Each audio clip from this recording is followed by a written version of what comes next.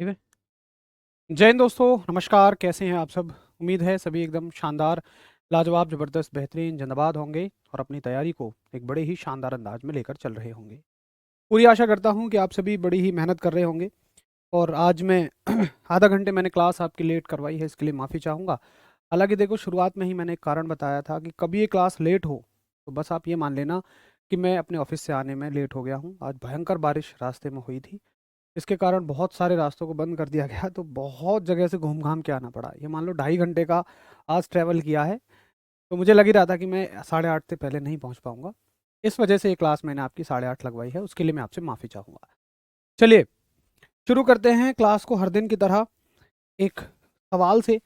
और आज मेरा आपसे क्वेश्चन ये है कि बताइए, कल की क्लास से कौन सा दर्पण, कौन सा मिरर, कौन सा दर्पण हमेशा, कौन सा दर्पण हमेशा छोटा प्रतिबिंब बनाता है?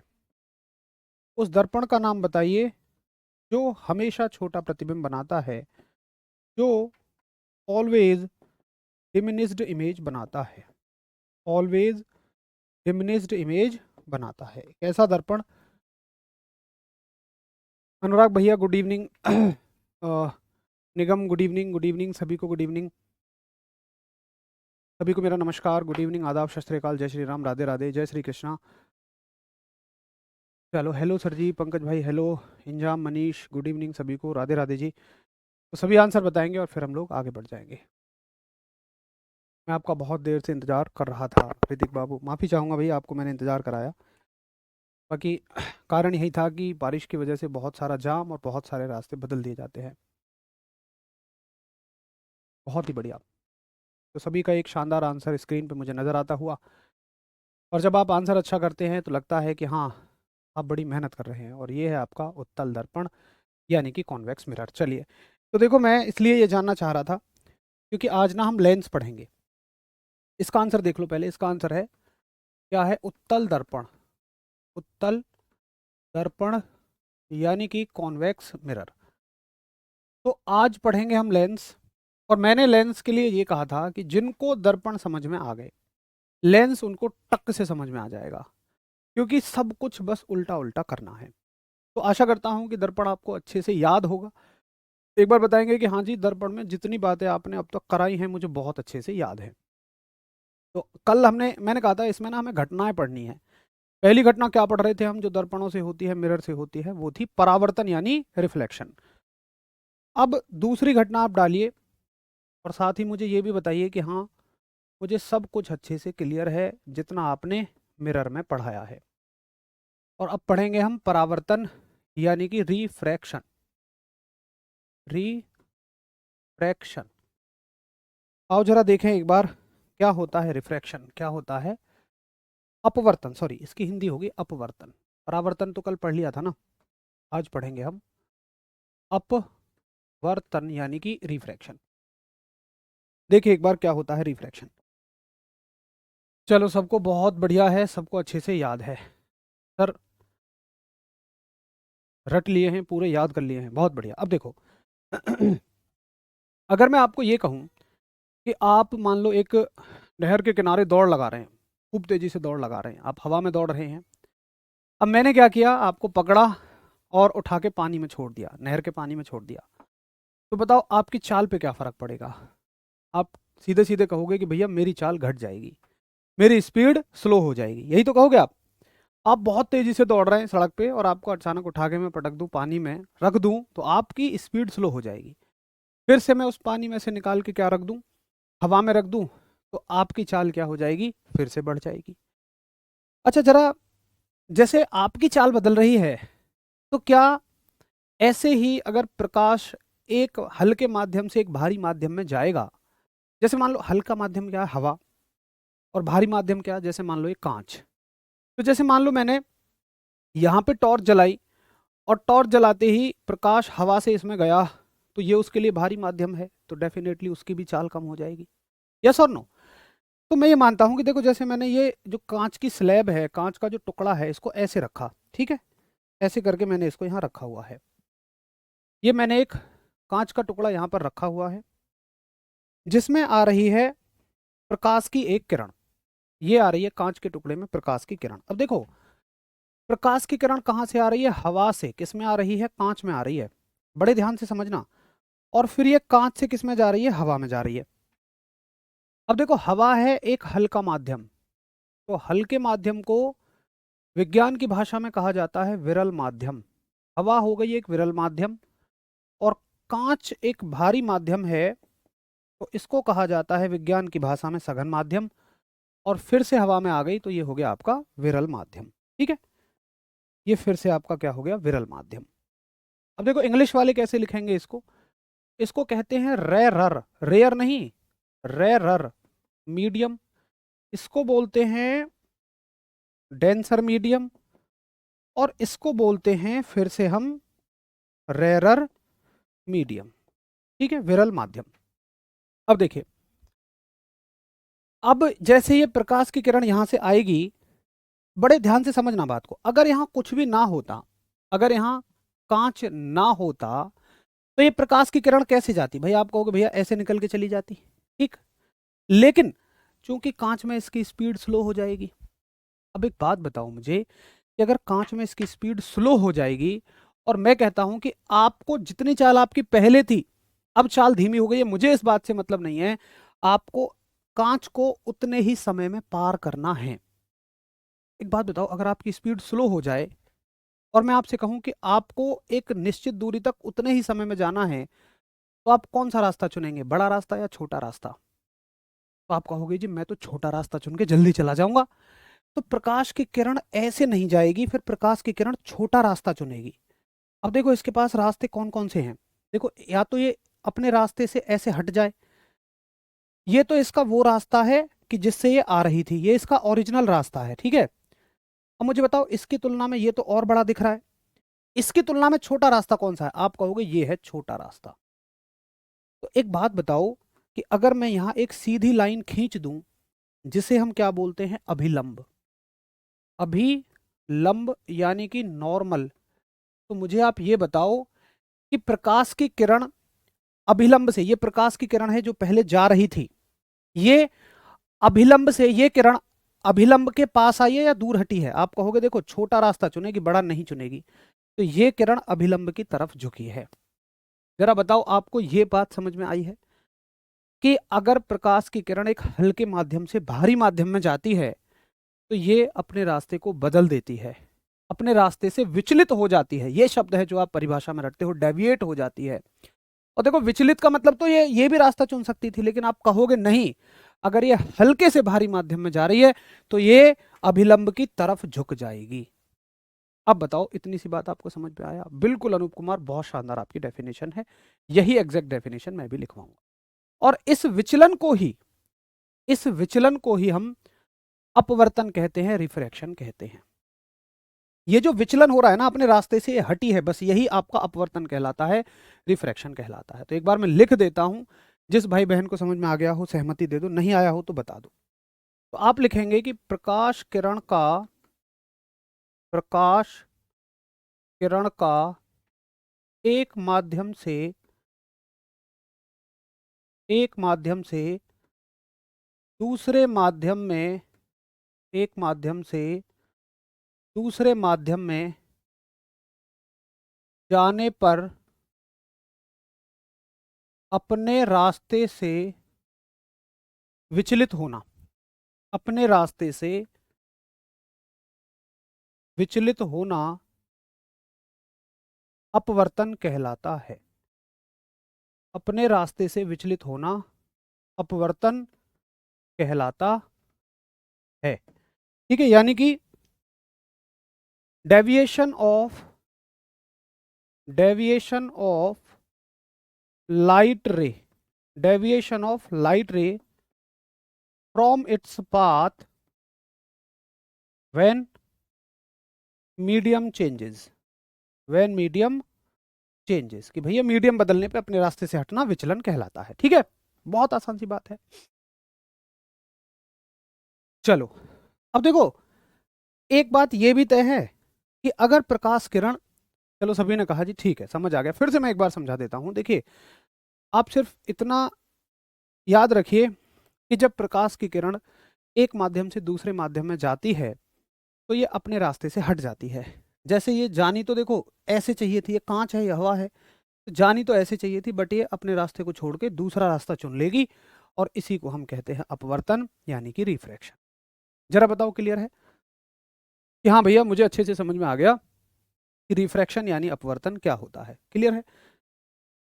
चलो जी, अब एक बात ये समझ में आती है, अगर पूछ लिया जाए कि बताओ प्रकाश की किरण, चलो ठीक है इतना ही रहने दो आप, इसको हम बोलते हैं अपवर्तन। अब बताइए भैया जी, अब समझ में आ गया, अब क्लियर है सबको? चलो बहुत सारा आभार आपका, समझाते बहुत अच्छा है। बाकी जिनको नहीं समझ में आया है बताइए। सर मेरा फर्स्ट डे आपकी लाइव क्लास देखकर खुशी हुई। रोहित बहुत सारा आभार भाई, नो प्रॉब्लम, सबको समझ में आ गया, कोई बात नहीं, आराम से लिख लो, लिख नहीं पाए आराम से लिख लो, कोई दिक्कत नहीं है।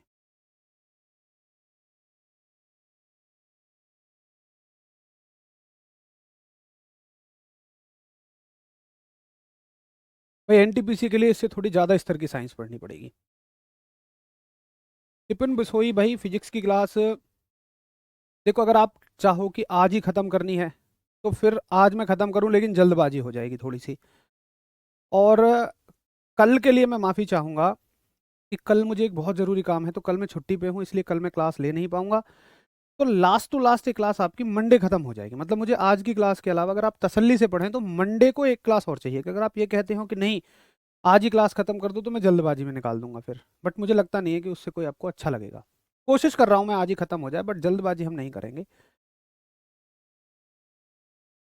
चलो, तो प्रकाश की किरण का अपने रास्ते से हट जाना ही क्या कहलाता है? अपवर्तन कहलाता है, यानी कि रिफ्रैक्शन कहलाता है। ठीक है, इतनी सी बात है बस। अब देखिए, एक शब्द आता है जिसका नाम है अपवर्तनांक। मैं कोशिश करता हूं आज ही हम लोग खत्म कर लें, लेकिन जल्दबाजी नहीं करूंगा मैं।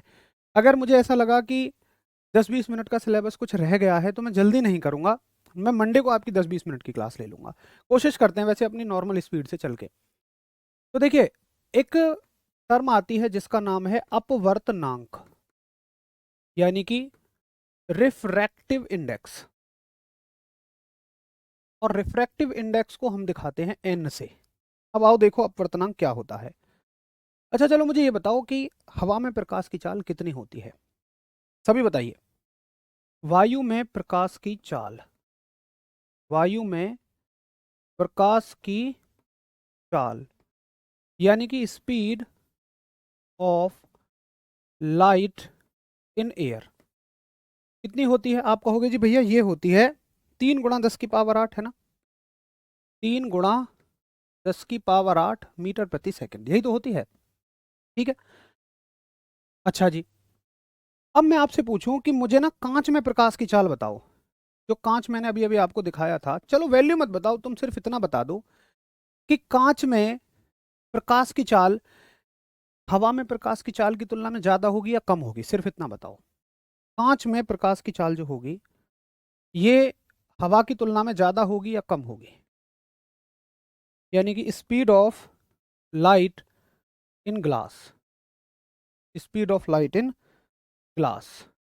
तो कांच में जो प्रकाश की चाल होगी, आप कहोगे भैया जी ये तो डेफिनेटली कम होगी। और देखो 3 से कम क्या होगी? 3 से कम होगी 2, तो ये होती है लगभग, कांच में 2 होती है, आपको वैल्यू नहीं याद रखनी है। अब देखो, अगर मैं आपसे एक बात पूछूं कि बताओ कांच में प्रकाश की चाल कम हुई है, कांच में प्रकाश की चाल हवा की तुलना में कितने गुना कम हुई है? अगर मैं आपसे ये पूछूं कितने गुना कम हुई है, कितने टाइम्स कम हुई है, यानी कांच में जब प्रकाश आया तो कांच ने उसको कितने गुना कम कर दिया, उसकी चाल को कितने गुना कम कर दिया? तो आप कहोगे जी दोनों का भाग कर दूं, दोनों का डिवाइड कर दूं। मैंने दोनों का डिवाइड कर दिया, ये लो देखो, ये जो डिवाइड होके आंसर आएगा ना, क्या आंसर आएगा ये?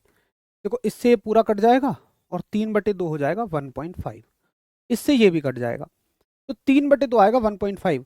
ये 1.5 क्या बता रहा है? ये बता रहा है कि इस कांच ने प्रकाश की चाल को 1.5 गुना कम कर दिया है। किसकी तुलना में? हवा की तुलना में, एयर की तुलना में कांच में प्रकाश की चाल 1.5 गुना कम हो चुकी है, 1.5 टाइम्स कम हो चुकी है। आई बात समझ में? तो इसको हम बोलते हैं अपवर्तनांक, ये नंबर ही अपवर्तनांक कहलाता है, बस ये हो जाएगा इस कांच का अपवर्तनांक। तो अपवर्तनांक की परिभाषा क्या बनती है, देखिए थोड़ी सी अगर जगह इधर बची हो तो लिख लो, नहीं तो दूसरी लाइन कॉपी कर लो, दूसरी लाइन लिख लो।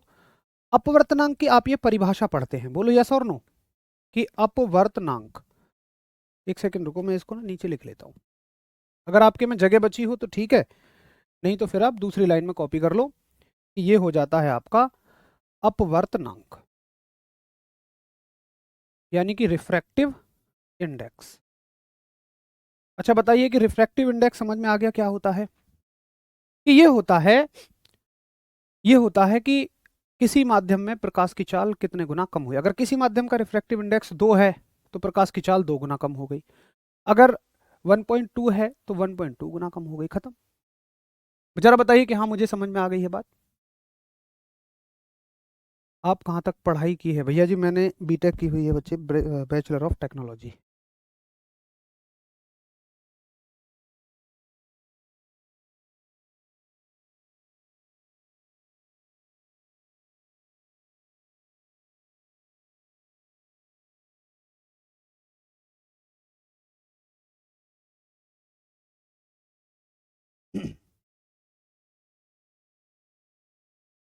चलो जी भैया, मुझे समझ में आ गया अपवर्तनांक क्या होता है।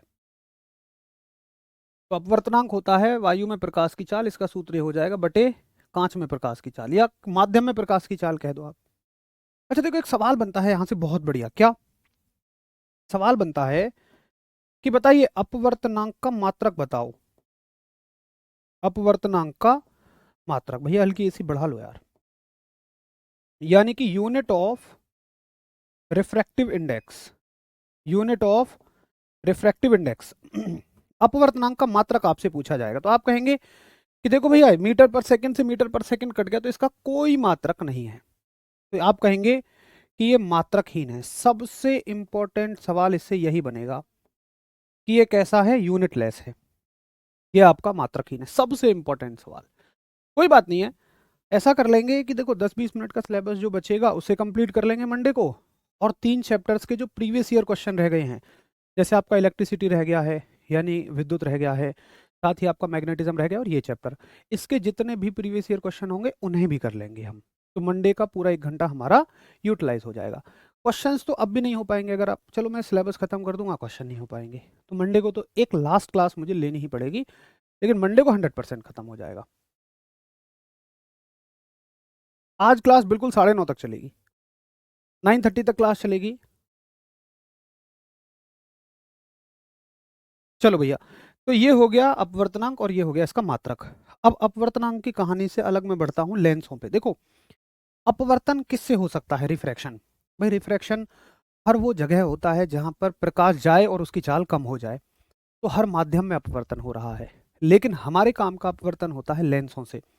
जैसे देखो किसी व्यक्ति की आंख में दोष है, क्या दोष है, या तो उसको नज़दीक का साफ नहीं दिखेगा या इसको दूर का साफ नहीं दिखेगा, तो ये जो लेंस हमने लगाए हैं इनकी मदद से ये आंखों का दोष दूर हो जाता है।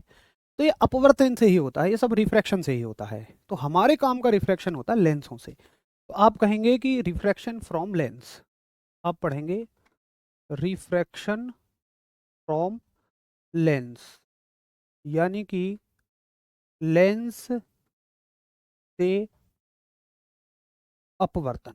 देखिए क्या होता है लेंस से अपवर्तन, रिफ्रैक्शन क्या होता है लेंस से आइए जरा एक बार देखें।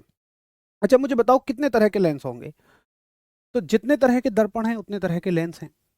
अब हमारी यहाँ दर्पण की जानकारी काम आएगी, और पहला आप कहेंगे भैया जी, पहला होता है आपका मान लो उत्तल लेंस, और दूसरा आपका होता है अवतल लेंस। अवतल लेंस यानी कि कॉनकेव लेंस, और ये होता है आपका कॉन्वेक्स लेंस। ठीक है, चलो अब देखिए होते कैसे हैं ये। तो भाई मेरे जादू के पिटारे में से ना किसी ने एक छोड़ा है, बस ये उत्तल लेंस छोड़ा है, अवतल लेंस पता नहीं कौन ले गया यार, उससे खेलते रहते हैं, एक तो सामान आधा ही छोड़ा है। चलो मैं मंगा लूंगा अगली क्लास तक, कभी आप मुझसे मिलेंगे तो। देखो ये है आपका उत्तल लेंस।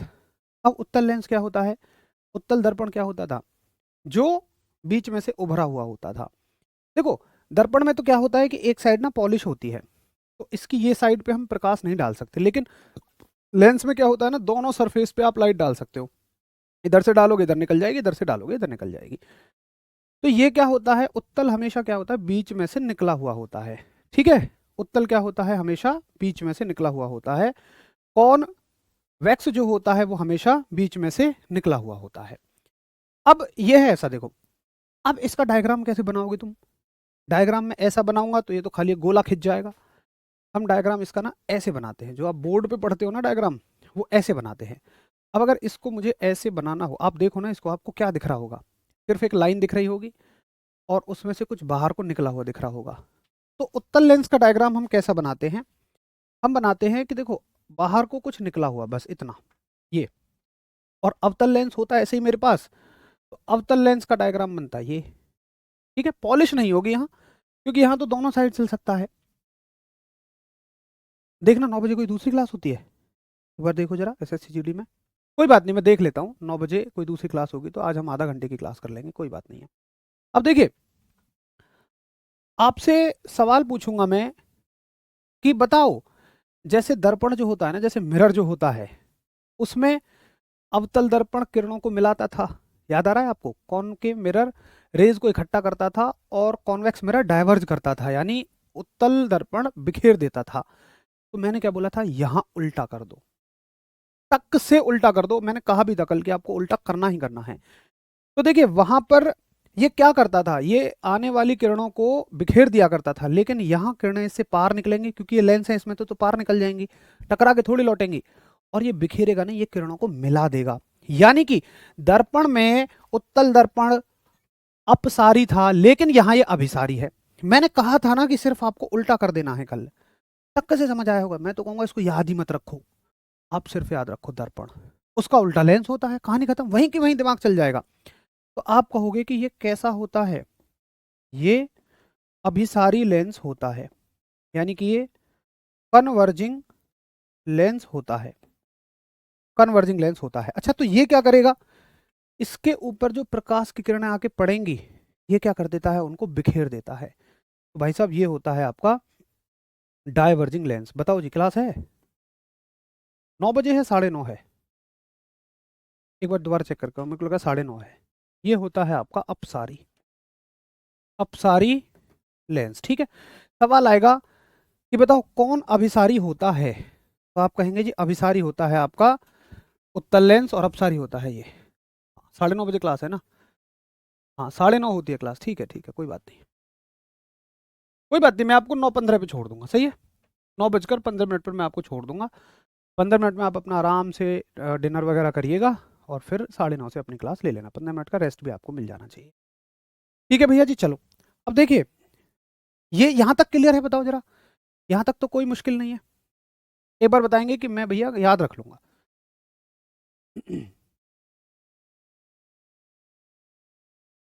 भैया आशीष कुमार, मैं कमेंट देख रहा हूँ जब से मैं आया हूँ, मुझे लगता नहीं तुमने एक भी अक्षर मेरा लिखा होगा, बस तुम एक ही कमेंट कर रहे हो, भैया डिनर कब करेंगे, 9:30 दूसरी क्लास है।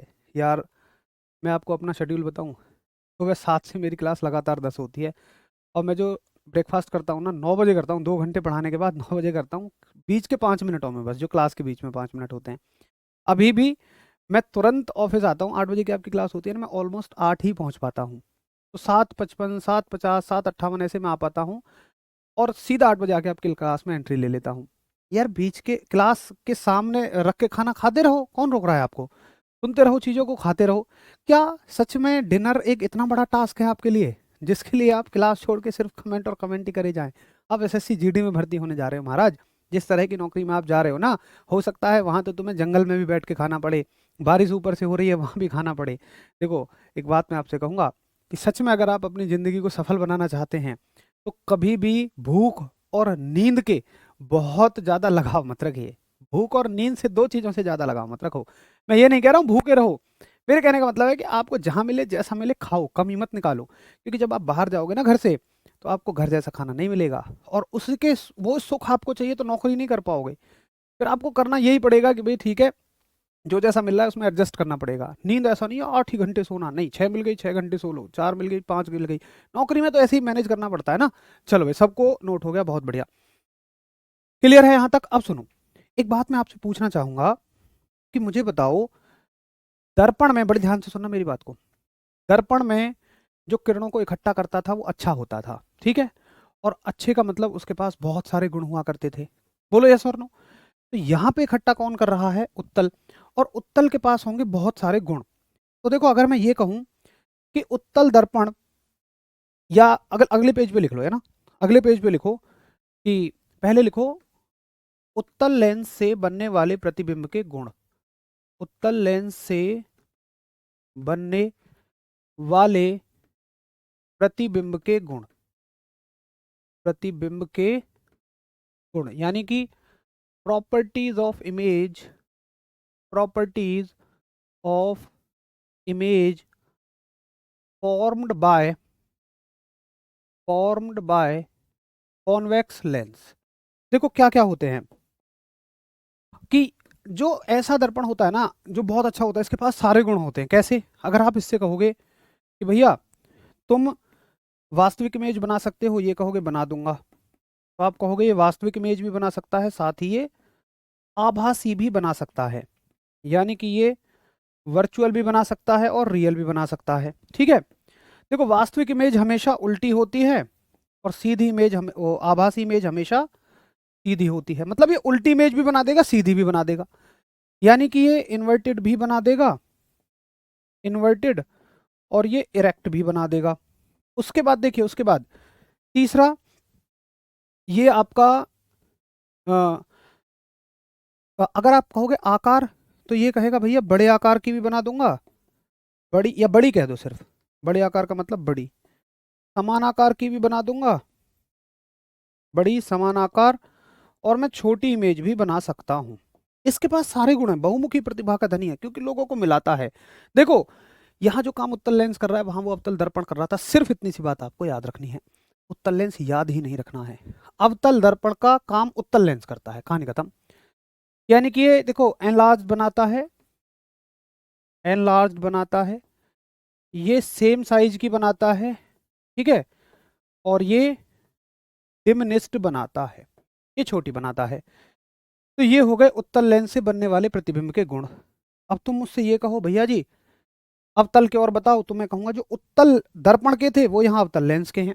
यानी कॉनकेव लेंस में आप अपना कॉन्वेक्स मिरर वाली प्रॉपर्टी छाप दो, बस खत्म, बहुत आसान है। तो आप कहेंगे यहाँ अवतल लेंस से, अवतल लेंस से बनने वाले प्रतिबिंब के गुण, अवतल लेंस से बनने वाले प्रतिबिंब के गुण, यानी कि properties of image formed by, थोड़ा तेज लिख रहा हूं तो राइटिंग इधर उधर आ रही है, फॉर्म्ड बाय कॉनकेव लेंस, ठीक, लेकिन मैं बोल रहा हूं साथ के साथ। तो आप कहोगे भैया ये हमेशा हमेशा और हमेशा आभासी प्रतिबिंब बनाता है, यानी कि ये ऑलवेज वर्चुअल इमेज बनाता है। उसके साथ ही देखो, जो आभासी प्रतिबिंब होता है ना वो हमेशा सीधा होता है, तो ये केवल केवल इरेक्ट इमेज बना सकता है, उल्टी नहीं बना सकता। साथ ही ये हमेशा वस्तु से छोटे आकार की बनाता है, यानी कि ऑलवेज डिमिनिश्ड बनाता है। मैंने तेज क्यों लिख रहा हूं? क्योंकि हम ऑलरेडी ये पढ़ चुके हैं, तक से पढ़ चुके हैं। भैया विकास जी एक बार डॉक्टर से मिल लीजिए आप। भैया संदीप देखो, देखो आपको करना होगा कुछ ना कुछ, इलाज इलाज करवाओ, कैसे करोगे? विक्रम बहुत सारा आभार भाई।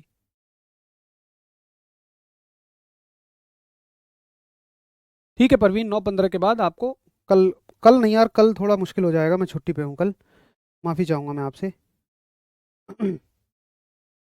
तो फिर हम मंडे ही कर लेंगे, कोई बात नहीं है, एक क्लास लास्ट बिल्कुल मंडे। तो बताओ ये आपको याद हो जाएगा? समझ में आने का तो छोड़ ही दो, कोई ये मत कहो समझ में आया, हमें इसको याद करना है सीधा सीधा। और अगर आपको दर्पण याद है, कल आपने कह दिया था हाँ दर्पण याद है, तो लेंस याद होना चाहिए, क्योंकि बस उल्टा करना है और कुछ भी नहीं।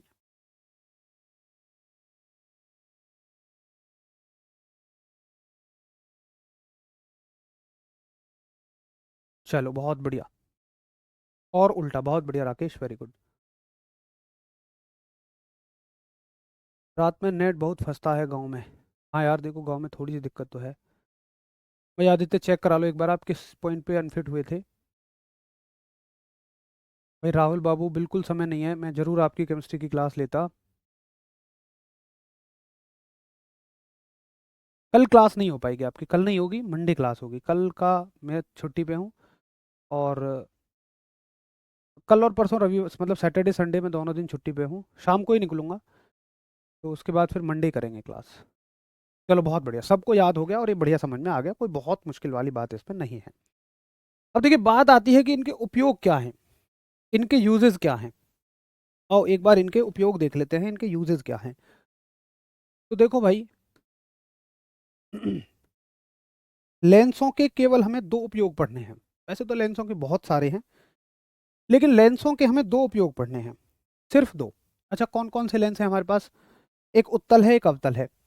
तो इसका उपयोग होता है दृष्टि दोषों के निवारण में। जो आपके आईज के करेक्शन होते हैं, आई के डिफेक्ट होते हैं, किसी को दूर का साफ नहीं दिखता, किसी को नज़दीक का साफ नहीं दिखता है, तो इनके दृष्टि दोषों के निवारण में हम इसका इस्तेमाल करते हैं। तो क्या उपयोग होता है दृष्टि दोष निवारण में?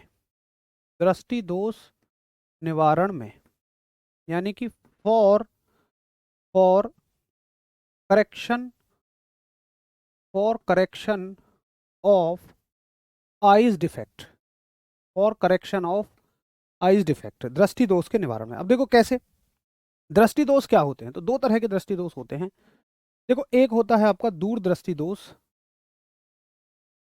दूर दृष्टि दोष, यानी कि इसको बोलते हैं हम इंग्लिश में हाइपरमेट्रोपिया, हाइपरमेट्रोपिया। और एक होता है आपका निकट दृष्टि दोष। दो तरह के दृष्टि दोष होते हैं, दूर दृष्टि दोष। अब सुनो, दूर दृष्टि दोष में सुन के आपको क्या लगेगा? दूर दृष्टि दोष में सुन के आपको ये लगेगा कि किसी को दूर का देखने में दिक्कत है, लेकिन हमें जस्ट इसका उल्टा याद रखना है। क्योंकि ये दरअसल ना, इसकी जो परिभाषा है वो इस नाम से बनती ही नहीं है। दूर दृष्टि दोष कहने का वजह ये नहीं है कि किसी की दूर की नज़र कमजोर है, नहीं, कोई और वजह होती है, उस पर हमें नहीं जाना। फिलहाल आप ऐसे याद रखो कि उल्टा याद रखना है हमें। कैसे? कि दूर दृष्टि दोष का मतलब क्या है? दूर दृष्टि दोष का मतलब है कि दूर की वस्तुएं, दूर की वस्तुएं स्पष्ट दिखती हैं, दूर की वस्तुएं स्पष्ट दिखती हैं, नजदीक की नहीं, नजदीक की नहीं।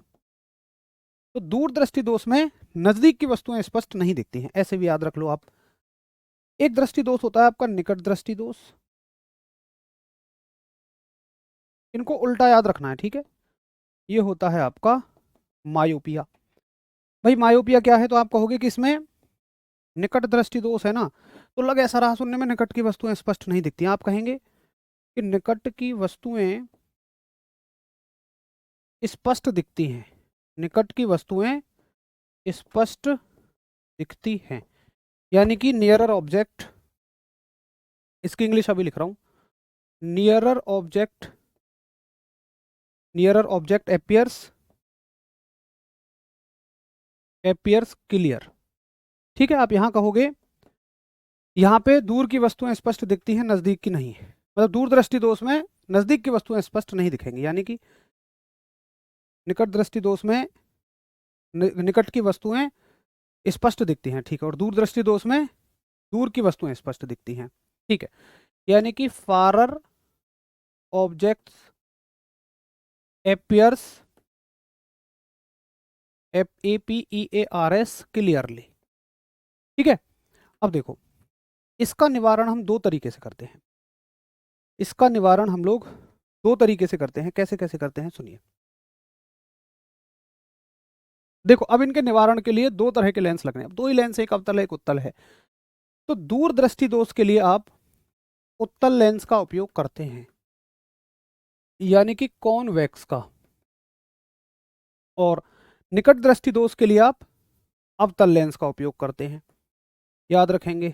यानी कि यहां यूज करते हैं हम कॉनकेव लेंस, अब भैया कैसे याद रखें, तो मैं भूल जाता हूँ। सुनो जुगाड़, पहले हिंदी वाले देखो, दूर और निकट में से कम शब्द किस में है और ज्यादा किस में है? आप कहोगे इसमें कम है और इसमें ज्यादा है, ठीक है, इसमें कम शब्द हैं और इसमें ज्यादा हैं। उत्तल अवतल में से कम किस में है, ज्यादा इस किस में है? आप कहोगे इसमें कम है, इसमें ज्यादा है। तो देखो, कम वाले के साथ कम वाले को जोड़ो, ज्यादा वाले के साथ ज्यादा वाले को जोड़ो। इंग्लिश वाले उल्टा याद रखो भाई, इसमें देखो कम है और इसमें ज्यादा है, तो कम वाले के साथ ज्यादा वाला जोड़ो और ज्यादा वाले के साथ कम अक्षर वाला जोड़ो, कम लेटर वाला जोड़ो। कुछ भी याद नहीं करना है। दूर दृष्टि दोष, निकट दृष्टि दोष। आपको देखो ये नहीं पूछी जाएगी, परिभाषा नहीं पूछी जाएगी आपसे, आपसे सिर्फ पूछा जाएगा कि बताइए दूर दृष्टि दोष के निवारण हेतु किस तरह के लेंस का उपयोग किया जाता है। यानी कि अगर हाइपरमेट्रोपिया है तो उसके करेक्शन के लिए आप किस तरह के लेंस का इस्तेमाल करेंगे, बताइए।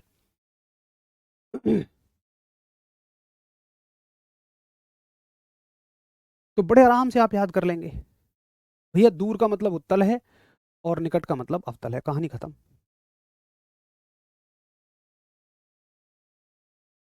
एक बार बताएंगे कि हाँ भैया मुझे आपकी बात बहुत अच्छे से समझ में आ गई है, क्लियर है सब कुछ।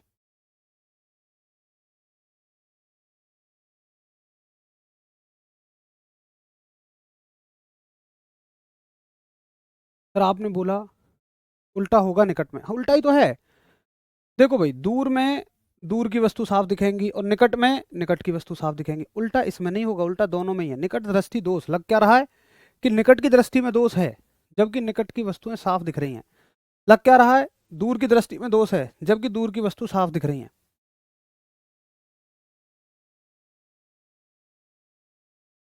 चलो ठीक है, तो आज इसको यहीं तक रहने देते हैं सेशन को। ये हो गया आपका दूर दृष्टि दोष, निकट दृष्टि दोष। अब देखिए इसमें खाली एक टॉपिक और बचा है, हालांकि आप सभी कह रहे हैं कि ठीक है थोड़ा आपको रेस्ट चाहिए होगा, कोई बात नहीं, इस टॉपिक को यहीं तक रख लेते हैं, उतना पढ़ेंगे जितना आपका मन है, कोई समस्या की बात नहीं है। बाकी देखो, एक लास्ट क्लास बची है आपकी मंडे को, उसे आराम से तसल्ली से करेंगे।